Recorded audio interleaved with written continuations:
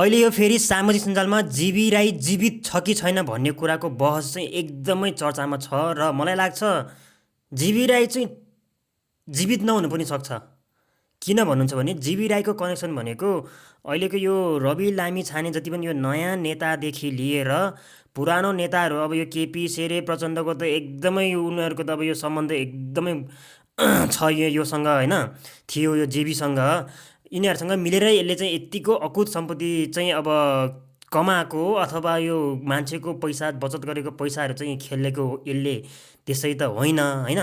एकजना रासोपाको ठुलै नेताले चाहिँ ठुलै कार्यक्रममा गएर जीवी राई जीवित हुनुहुन्छ र भनेर एउटा शङ्काको ऊ चाहिँ दिएको छ होइन। अब मलाई लाग्छ जीवी राई सायदै अब जिउँदो छैन कि जस्तो चाहिँ मलाई पनि लाग्छ। जीवी राई यदि जीवित छ र यिनलाई चाहिँ नेपाल झिकाएर चाहिँ अदालतमा उभ्यायो भने यहाँ कुनै पनि नेताको चाहिँ खरिद हुने छैन है। त्यही भएर मलाई लाग्छ यो जीवित नहुनु पनि सक्छ। तपाईँहरूलाई कसलाई साथै कृपया कमेन्ट गर्नु होला।